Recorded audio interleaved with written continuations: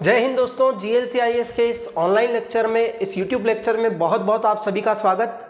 और आज हम लोग बहुत इंपॉर्टेंट डिस्कशन करने वाले हैं, ख़ास तौर से एक संपूर्ण रणनीति 2021 की, जिसमें प्रारंभिक परीक्षा और मुख्य परीक्षा इन दोनों की एक साथ एक ही अप्रोच से या किस अप्रोच से हमें तैयारी करनी चाहिए, उस पर ये पूरी चर्चा केंद्रित है। और आप लोग बिल्कुल ध्यानस्थ होकर के इसको सुनिएगा, बहुत ज़्यादा गंभीरता से इस लेक्चर को समझने का प्रयास कीजिएगा और इससे प्रेरित होकर के आपको भी सिलेबस को किस तरीके से देखना चाहिए और कैसा देखना उचित भी होगा, इस पर ये पूरा का पूरा लेक्चर केंद्रित है।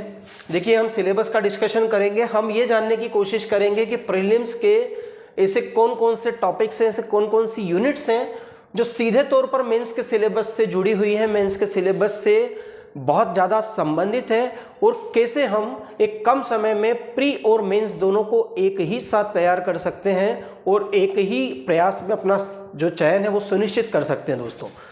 तो देखिए, यहाँ पर मैं शुरुआत करता हूँ यूनिट नंबर 1 से। ये प्रीलिम्स की बात कर रहा हूँ मैं कि प्रीलिम्स का जब यूनिट नंबर 1 को देखते हैं तो उसका नंबर जब आता है, सबसे पहले तो क्या लिखा हुआ है, मध्य प्रदेश का इतिहास, संस्कृति एवं साहित्य। देखिए, मध्य प्रदेश का इतिहास, संस्कृति एवं साहित्य, यहाँ से बात शुरू होती है।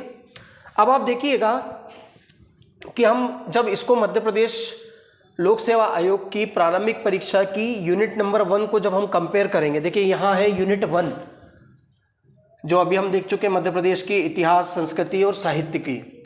इसको हम कंपेयर करेंगे मुख्य परीक्षा के सिलेबस से। तो अब आप यहाँ देखिए कि मुख्य परीक्षा के सिलेबस में खास तौर से इसका जो जुड़ाव है वो आपको कहाँ पर दिखाई देने वाला है। तो मध्य प्रदेश के इतिहास की प्रमुख घटनाएं और प्रमुख राजवंश, यदि आप लोग यूनिट 5 की बात करेंगे, paper 1 part a unit number 5 को जब देखेंगे तो यहाँ पर दिया हुआ मध्य प्रदेश की प्रमुख रियासतें, गोंडवाना, बुंदेली, बघेली, होलकर, सिंधिया, भोपाल रियासत। यानी कि आप देखिए, जो राजवंश हैं इनको पढ़ने का जो पैटर्न होता है, इनको पढ़ने की जो अप्रोच होती है वो कुछ वैसी ही होती है जैसी रियासतों को पढ़ने की अप्रोच होती है।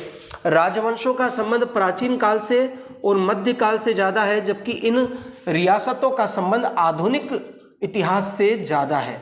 यानी कि यहाँ हम जिन राजवंशों के बारे में पढ़ेंगे वो थोड़े होंगे प्राचीन कालीन और मध्यकालीन, जैसे परमार हो गए, है ना, इस तरीके की जो चाणक्य, जिनको हम कहते हैं अलग अलग जो राजवंश है, राष्ट्रकूट आदि, उनके बारे में हम लोग यहाँ पे पढ़ने वाले हैं। जबकि हम इन जो दिए गए हैं इन रियासतों के बारे में यहाँ देखने वाले हैं। मेरा मतलब सिर्फ इतना बताना है आपको कि इन दोनों का जो पढ़ने का तरीका होगा, इन दोनों के पढ़ने की जो अप्रोच होगी वो लगभग एक जैसी होती है। इसलिए आपको इसी तरीके से तैयारी करनी चाहिए। अब देखिए, यहाँ पर लिखा हुआ यूनिट 1 में प्रीलिम्स में स्वतंत्रता आंदोलन में मध्य प्रदेश का योगदान, और यहाँ लिखा मध्य प्रदेश में स्वतंत्रता आंदोलन unit number 4 paper 2 part a unit number 4 में। यानी कि आप देख रहे हो कि यूनिट नंबर 5 और यूनिट नंबर 4 से मिलते जुलते टॉपिक्स जो है वो आपको यहाँ प्रीलिम्स की यूनिट नंबर 1 में दिखाई दे रहे हैं। आगे देखिए, और बातें करेंगे तो और स्पष्ट होगा आप लोगों को। यहाँ देखिए, प्रारंभिक परीक्षा की ही फर्स्ट ही यूनिट चल रही है, प्रथम यूनिट की ही मैं बात कर रहा हूँ। यूनिट नंबर 1 आपकी जानकारी के लिए, स्पष्टता के लिए लिख देता हूँ। यहाँ मध्य प्रदेश की प्रमुख कलाएं और स्थापत्य कला की बात हो रही है। और यहाँ मध्य प्रदेश की मुख्य परीक्षा में हम यदि यूनिट 4 की बात करते पेपर 1 ए में, तो यहाँ पर सांस्कृतिक विरासत की बात हो रही है मध्य प्रदेश के विशेष संदर्भ में, जिसमें प्राचीन कला प्रारूप, साहित्य, पर्व, उत्सव और वास्तुकला के प्रमुख पक्ष। यानी कि देखिए, यहाँ पर भी कलाओं की बात हो रही है और यहाँ पर भी कलाओं की बात हो रही है। साथ ही यहाँ पर लिखा हुआ प्रमुख कलाएं और यहाँ लिखा हुआ है प्रमुख कला प्रारूप। अब भाई, कला प्रारूप का बोलते हैं, इसको कहते हैं आर्ट्स फॉर्म। साहित्य, संगीत, है ना, रंग कर्म, आप जितनी भी कलाएं लेते हैं यहाँ पे वो सब के सब इसी में आती हैं। तो ये कुछ उदाहरण मैंने आपको दिए। यहाँ पर भी काफ़ी आपको साम्यता, काफ़ी एक जैसी पैटर्न आपको समझ में आने लगेगा, काफ़ी एक जैसी यहाँ पर आपको अप्रोच दिखाई देगी। अब यहाँ प्रारंभिक परीक्षा की हम लोग बात करते तो मुख्य जनजातियां और बोलियों की बात आती है। और यहाँ जब आप पेपर 1 के पार्ट बी की बात करते हैं और यूनिट नंबर 3 की बात करते हैं तो यहाँ पर आपको आपदाग्रस्त जनजातियों के विशेष संदर्भ में राज्य की जनजातियों की बात पूछी जाती है। इसी तरीके से आप देखेंगे कि पेपर सेकंड में पार्ट बी में जो 5वीं यूनिट है जो खासतौर से समाजशास्त्र से रिलेटेड है, वहाँ पर भी मध्य प्रदेश की जनजातियाँ, उनकी स्थिति, उनकी सामाजिक संरचना, रीति रिवाज, मान्यताएं, विवाह, नातेदारी, धार्मिक विश्वास, परंपराएं, जनजातियों में जो प्रमुख प्रचलित पर्व उत्सव है, सब का सब ये दोनों यूनिट आप देखेंगे कि पूरी तरीके से इस बिंदु से मिलती हुई नजर आती है। यानी कि हमारी अप्रोच ये होना चाहिए कि हमें प्री अलग है, मेंस अलग है, ये सोच के नहीं, ओवरऑल एक कंप्लीट तैयारी हमें करनी है, हमें सिलेक्शन की तैयारी करनी है, हमें पूरे संपूर्ण सिलेबस को तैयार करना है। इस अप्रोच के साथ हमें पढ़ाई करनी चाहिए। आगे बढ़ते हैं। देखिए, प्रारंभिक परीक्षा की यूनिट नंबर 1 ही चल रही है आपकी, और यहाँ यूनिट नंबर 1 में आपको सीधे तौर पर क्या दिख रहा है कि मध्य प्रदेश के प्रमुख त्योहार, लोक संगीत, लोक कलाएं और लोक साहित्य दिखाई दे रहा है। और यहाँ पर भी पर्व और उत्सव सीधे तौर पर आपको यूनिट नंबर 4 में पेपर फर्स्ट ए में दिखाई दे रहे हैं। यहाँ पर आप यूनिट 4 में ही देखेंगे तो साहित्यकार, उनकी कृतियां, और यहाँ पर सीधे तौर पर साहित्य लिखा हुआ है। यानी कि ये भी पूरी तरीके से एक दूसरे से सम्मिलित है। या आप ये भी कह सकते हो कि जहां आपको जो चीज समझ में नहीं आती मेंस में, उसको आप प्री के सिलेबस में देख सकते हो, और जो चीज आपको प्री के सिलेबस में नहीं आती समझ में, उसको आप मेंस के सिलेबस में देख के और समझ के और अपनी तैयारी को आगे बढ़ा सकते हो। इसी तरीके से देखिए आप आगे भी यहाँ पर लिखा हुआ है मध्य प्रदेश के प्रमुख धार्मिक एवं पर्यटन स्थल, और यहाँ पर भी लिखा हुआ है कि मध्य प्रदेश में विश्व धरोहर और पर्यटन स्थल। बिल्कुल एक जैसी दोनों का अप्रोच दिखाई दे रही, दोनों का पैटर्न बिल्कुल आपको सेम दिखाई दे रहा है। ठीक है, आगे देखते हैं। जब हम यूनिट नंबर 2 जिसका संबंध भारत के इतिहास से है, तो इसमें आप देखिए कि भारत के इतिहास के संदर्भ में जब हम लोग बात करते हैं तो प्रारंभिक परीक्षा का ये जो प्री का जो सिलेबस है और मेंस का सिलेबस है, इसमें काफ़ी समानता दिखाई देगी आपको यूनिट नंबर 2 में। यहाँ पर भी इतिहास की प्रमुख विशेषताएं, घटनाएं, उनकी प्रशासनिक, सामाजिक, आर्थिक व्यवस्थाएं की बात की गई है, और यहाँ पर भी राजनीतिक, आर्थिक, सामाजिक और सांस्कृतिक इतिहास आपको 10वीं शताब्दी का दिखाई दे रहा है। यानी कि देखिए, ये जो प्राचीन भारत होता है इसका मतलब 10वीं शताब्दी तक ही होता है। 11वीं से 18वीं शताब्दी तक आप मध्यकाल की बात कर सकते हो, और 19वीं और 20वीं शताब्दी में आपको आधुनिक काल दिखाई देगा। ये पूरा का पूरा जो हिस्ट्री का जो पार्ट है वो आप देखेंगे कि पेपर फर्स्ट में यूनिट 1 और यूनिट 2 ये पूरी तरीके से आपकी जो दूसरी यूनिट है प्रीलिम्स की, उससे बहुत ज़्यादा समानता रखती है। दोस्तों आप देखेंगे यहाँ आगे दिया हुआ है कि स्वतंत्रता संघर्ष और भारतीय राष्ट्रीय आंदोलन, ये चीज़ यहाँ पर भी मेंशन है, और आप यहाँ पर भी देखेंगे कि किस तरीके से ब्रिटिश शासन का प्रभाव पड़ा था और किस तरीके से स्वतंत्रता आंदोलन यहाँ पर भी मेंशन किया हुआ है आप लोगों के सामने। बिल्कुल एक जैसी, एक समान यहाँ पर अप्रोच आपको अपनानी होगी। स्वतंत्रता के पश्चात भारत का एकीकरण और पुनर्गठन यहाँ आपको दूसरी यूनिट में दिया गया है प्रीलिम्स में, और थोड़ा सा ध्यान देंगे तो यहाँ पर भी लिखा है स्वतंत्रता प्राप्ति के पश्चात के प्रमुख घटनाक्रम और क्या क्या घटनाएं हुई थी, ये यहाँ पर आपको बिल्कुल स्पष्ट रूप से आपको दिखाई देने वाला है। यानी आप देख रहे हो यहाँ पर भी बहुत हद तक क्या देखने को मिल रही है, आपको काफ़ी हद तक समानता देखने को मिल रही है। इसी तरीके से हम यूनिट 3 मध्य प्रदेश के भूगोल की बात करते हैं, तो मध्य प्रदेश के भूगोल से जुड़ा हुआ बहुत सारा पार्ट जो है वो प्री और मेंस में समान है। यहाँ आप देख रहे हो मध्य प्रदेश के वन, वनोपज, वन्यजीव, नदियाँ, पर्वत और पर्वत श्रृंखलाएं, और यही सारी चीज़ें जो है, जो ये यहाँ लिखा हुआ ना भू आकारिकी में अलग अलग स्थलाकृतियों के बारे में हम पढ़ते हैं। किसके बारे में पढ़ते हैं? अलग अलग स्थलाकृति। स्थलाकृति का मतलब होता है कि अलग अलग स्थानों पर किस प्रकार की भौतिक आकृतियां हमको दिखाई देती है, और वो क्या होती है, वो वन होते हैं, वनोपज होते हैं, वन्यजीव, नदियाँ, पर्वत श्रृंखलाएं, ये सारी चीज़ें मिलती जुलती हैं। यहाँ पर भी मध्य प्रदेश की जलवायु की बात है, और यहाँ पेपर फर्स्ट के पार्ट बी में यूनिट नंबर 3 में भी जलवायु मेंशन किया हुआ है। सीधे तौर पर आपको काफ़ी समानता इनमें दिखाई दे रही है। और देख लीजिएगा तो यहाँ पर देखिए आपकी बहुत अच्छे से मेंशन किया हुआ सीधे तौर पर मध्य प्रदेश के प्राकृतिक एवं खनिज संसाधन, और यहाँ पर भी आपको खनिजों के बारे में जानकारी दी गई है यूनिट नंबर 3 में पेपर फर्स्ट पार्ट बी में।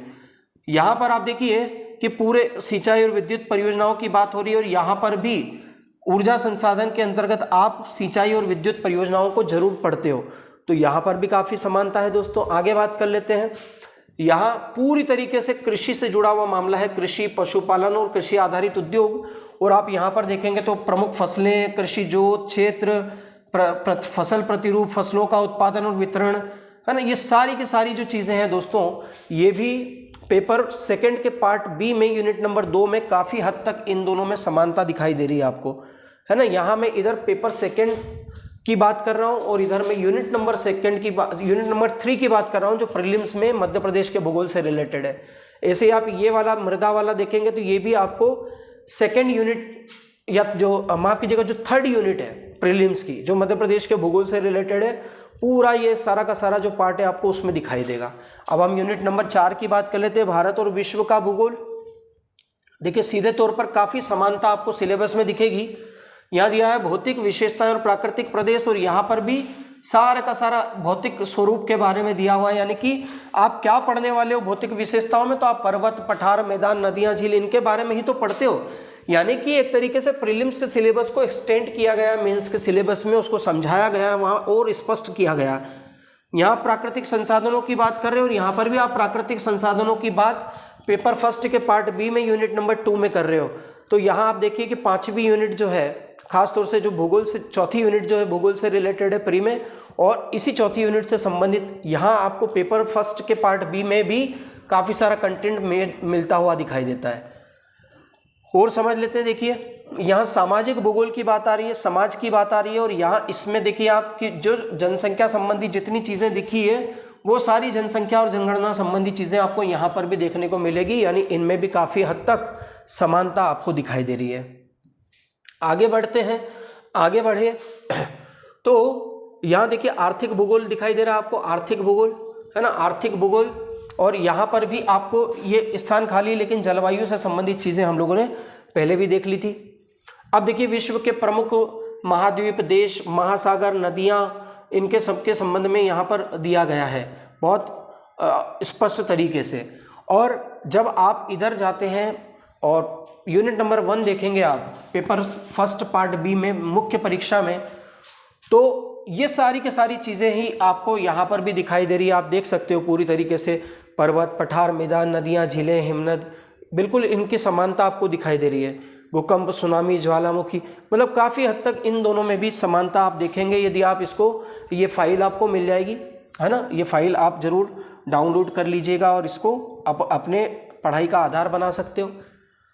विश्व के प्राकृतिक संसाधन, यहाँ पर भी आप देखिए कि सारे ऊर्जा के पारंपरिक और गैर पारंपरिक स्रोत के बारे में यूनिट नंबर 8 में, यहाँ ध्यान देना पेपर 3 है मेंस की और उसकी यूनिट नंबर 8 है, इसमें भी काफ़ी हद तक समानता दिखाई दे रही है। विश्व के प्राकृतिक संसाधनों की हम लोग बात करते तो विश्व के प्राकृतिक संसाधनों के बारे में भी यहाँ पर आपको काफ़ी हद तक दिखाई दे रहा है मुख्य परीक्षा में।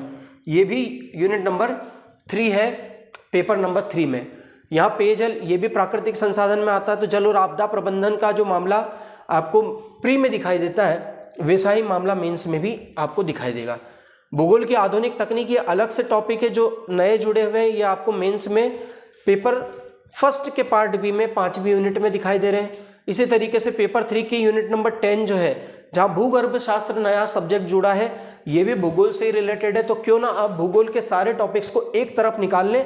इसके लिए मैंने अलग अलग पेपर में जो भूगोल के पार्ट दिए हुए हैं उनको भी मैंने एक तरफ करने का प्रयास किया। यहाँ पे 5वीं यूनिट है आपके सामने, संवैधानिक व्यवस्था और राज्य की अर्थव्यवस्था। देखिए बहुत हद तक यहाँ पर भी समानताएं दिखाई देंगी आपको। देखिए राज्य की संवैधानिक व्यवस्था की बात हो रही है यूनिट नंबर 6 में, है ना, और ये जितनी चीज़ें यहाँ पर दिखाई दे रही है ये मध्य प्रदेश से रिलेटेड है। ये सीधे तौर पर मेंस में नहीं है, लेकिन यहाँ आप देखिए कि मध्य प्रदेश की जनांक और जनगणना की जो बात यहाँ दिखाई देती है आपको, है ना, राज्य की अर्थव्यवस्था में, वही चीज़ आपको मेंस में भी दिखाई देती है पेपर सेकंड में पार्ट बी के यूनिट नंबर 2 में। ठीक है, ये बिल्कुल काफ़ी हद तक सिमिलर है यहाँ पे।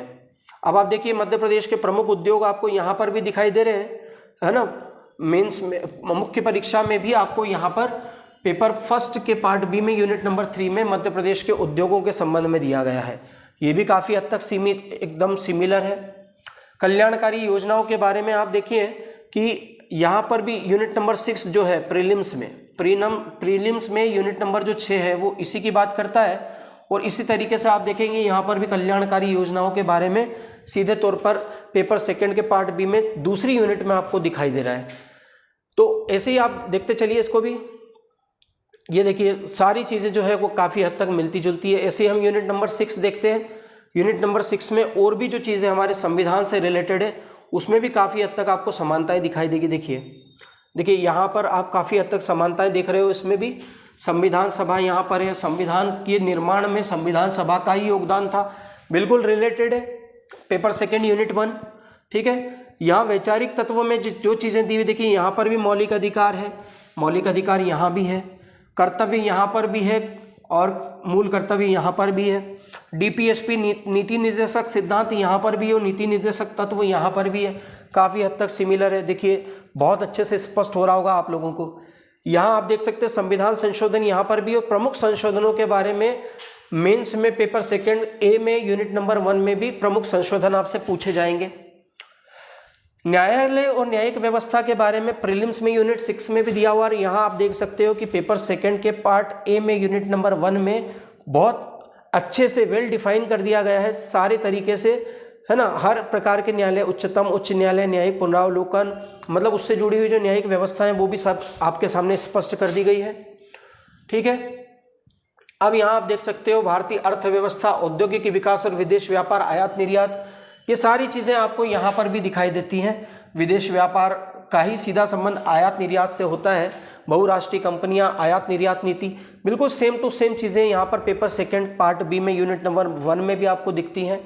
वित्तीय संस्थाओं के बारे में यहाँ पर भी दिया हुआ, जैसे रिजर्व बैंक यहाँ पर भी है, राष्ट्रीयकृत बैंक है यहाँ पर भी रिजर्व बैंक है, और व्यापारिक बैंक का राष्ट्रीयकृत बैंक एक ही बात होती है, काफ़ी हद तक सिमिलर है। विज्ञान और प्रौद्योगिकी की बात करें तो यूनिट नंबर 6 में जहाँ दिखा हुआ है विज्ञान के मौलिक सिद्धांत, वही चीज़ आपको मुख्य परीक्षा में पेपर 3 में यूनिट 1, 2, 3 में बिल्कुल अच्छे से मेंशन की हुई है। यहाँ पर फिजिक्स, यहाँ केमिस्ट्री और यहाँ बायोलॉजी, इन तीनों के ही आपको प्रीलिम्स के यूनिट 7 में क्या पूछे जाते हैं, मौलिक सिद्धांत। तो एक ही अप्रोच से इनकी तैयारी होगी। यहाँ देखिए कितना अच्छे से समझाया गया है आप लोगों को कि यहाँ यूनिट नंबर 7 में प्रीलिम्स में दिया हुआ है भारत के प्रमुख वैज्ञानिक संस्थानों, उनकी उपलब्धियाँ और किन संस्थानों की उपलब्धियाँ आपको पढ़नी है। सारे संस्थान यूनिट नंबर 7 में मेंशन किए हुए हैं पेपर 3 में, है ना। देख सकते हो आप, इसरो है इसमें, DRDO है, सब कुछ है इसमें। इन्हीं संस्थानों की उपलब्धियाँ आपको यहाँ पे पढ़नी होती है। और भी देख सकते हो आप, बहुत सारे संस्थान दिए हुए हैं, ये देख सकते हैं बहुत सारे संस्थान हैं। इसी तरीके से आप देखिए पर्यावरण और जैव विविधता की बात आप यहाँ पर कर रहे हो, है ना, यूनिट नंबर 7 में प्रीलिम्स में, और इसी पर्यावरण से जुड़ा हुआ पेपर 3 में पूरी यूनिट नंबर 9 जो है वो पर्यावरण से ही जुड़ी हुई है, बिल्कुल आप देख सकते हैं। मानव शरीर की संरचना की बात यहाँ 7th यूनिट में है, और मानव शरीर के सारे अंग, उसकी संरचना, उसकी कार्य प्रणाली आपको पेपर 3 में यहाँ पर भी दी गई है मेंस के अंतर्गत। खाद्य प्रसंस्करण आप देखेंगे कि यहाँ भी है, और खाद्य प्रसंस्करण पेपर फर्स्ट के पार्ट बी में यूनिट नंबर 2 में भी दिया गया है। पूरी तरीके से आप वो पढ़ लीजिए या ये पढ़ लीजिए, प्री और मेंस में दोनों में अलग कुछ पढ़ने की जरूरत नहीं है आपको। इसी तरीके से आप स्वास्थ्य नीति और स्वास्थ्य कार्यक्रमों की बात करेंगे तो चिकित्सा पद्धतियाँ, स्वास्थ्य नीति, देखिए टीकाकरण कार्यक्रम, सब कुछ आपको यहाँ पर दिखाई दे रहा है पूरा का पूरा। क्या क्या कल्याणकारी योजना है, पेपर 3 की यूनिट नंबर 6 पूरी तरीके से 7th यूनिट में जो आपको पढ़ना है वो आपको यहाँ पे मिल रहा है मेंस में। इसी तरीके से प्रदूषण के बारे में यहाँ प्रीलिम्स में दिया गया 7th यूनिट में, और यहाँ पर पेपर 3 की यूनिट नंबर 9 में पर्यावरण, प्रदूषण, पर्यावरण परिवर्तन, सब कुछ पर्यावरण से जुड़ी हुई घटनाएं दी गई है। और पर्यावरण से संबंधित शिक्षा क्या होती है, क्या उसका पाठ्यक्रम होना चाहिए, पूरी चीज़ें क्लियर है आपको। यहाँ आपदा और आपदा प्रबंधन की बात है, पेपर फर्स्ट के पार्ट बी में यूनिट नंबर जो 4 है वो भी पूरी तरीके से आपदा और आपदा प्रबंधन से ही संबंधित है। अब 8 की बात करते हैं तो यह आपको क्लियर होना चाहिए कि प्रीलिम्स में जो यूनिट नंबर 8 है वो करंट अफेयर की होती है ना। वो कैसी होती है, करंट अफेयर की होती है, और उस यूनिट के बारे में वो सिर्फ प्री में है, वो मेंस में नहीं है। आपको ये पता होना चाहिए कि करंट अफेयर की सीधे तौर पर जो यूनिट है वो मेंस में नहीं है, लिखा हुआ आप लोगों के पास में, मुख्य परीक्षा में ये नहीं है। यूनिट नंबर 9 की बात कर लेते हैं, सूचना और संचार प्रौद्योगिकी से रिलेटेड है ये। और यहाँ आप देखिए तो जैसे यूनिट नंबर 9 आप देखते हैं तो आपको क्या मिलता है, इलेक्ट्रॉनिक और सूचना संचार प्रौद्योगिकी। और यहाँ ये जितने भी चीज़ें दी गई है यूनिट नंबर 4 में, पेपर 3 में, इनका सीधा संबंध जो है वो सूचना और संचार प्रौद्योगिकी से है, चाहे वो कंप्यूटर हो, कंप्यूटर के बाद में उसकी भाषाएं हो, कंपाइलर है, विंडोज़ है, माइक्रोसॉफ्ट है, सारा का सारा इसी से जुड़ी हुई टेक्नोलॉजी है।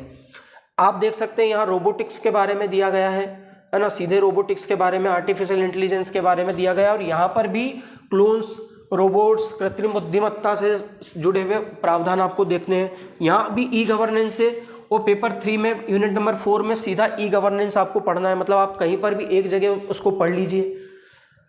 सोशल नेटवर्किंग के बारे में यहाँ भी है, और सोशल नेटवर्किंग के बारे में यूनिट नंबर 4 में भी है, पेपर 3 में बिल्कुल देख सकते हो आप, सारे वेब पेजेस, वेबसाइट्स सब कुछ दिया हुआ है। यूनिट नंबर 10 की बात करते हैं तो देखिए ये प्रीलिम्स की यूनिट नंबर 10 है, और ये पेपर 2 का पार्ट ए की यूनिट नंबर 2 है। अब आप देखिए कि निर्वाचन आयोग यहाँ भी है, निर्वाचन आयोग यहाँ पर भी है, यहाँ पर भी यूपीएससी यहाँ पर भी है, एमपीपीएससी यहाँ पर भी है ना। यहाँ आप देख सकते कैग यहाँ पर भी, कैग यहाँ भी है, नीति आयोग यहाँ भी, नीति आयोग यहाँ पर भी है। मतलब मैं क्या बता रहा हूँ आपको, कुछ बताने की जरूरत नहीं है। देखिए ये सारे जितने आयोग यहाँ 10th यूनिट में मेंशन है, उतने ही पेपर 2 में भी आपको यूनिट नंबर 2 में, यूनिट नंबर 3 में दिखाई देंगे। देखिए ये आप देख सकते हो। तो इस तरीके से मैंने एक अप्रोच आप लोगों के सामने रखी है, और इस अप्रोच से यदि आप लोग तैयारी करते हो तो मुझे जरूर कमेंट करके बताइएगा कि आपको क्या लगता है, क्या ज़्यादा कारगर होगा, क्या ये जो तरीका मैंने बताया ये आपके लिए उपयोगी है अथवा नहीं। जैसे भी आपके बिल्कुल जस्टिस करूँगा मैं, है ना, जस्टिस मानूंगा आपकी तरफ से। आप जरूर मुझे सजेशन दीजिएगा, मेरी रणनीति कैसी लगी आपको जरूर बताइएगा। जय हिंद दोस्तों।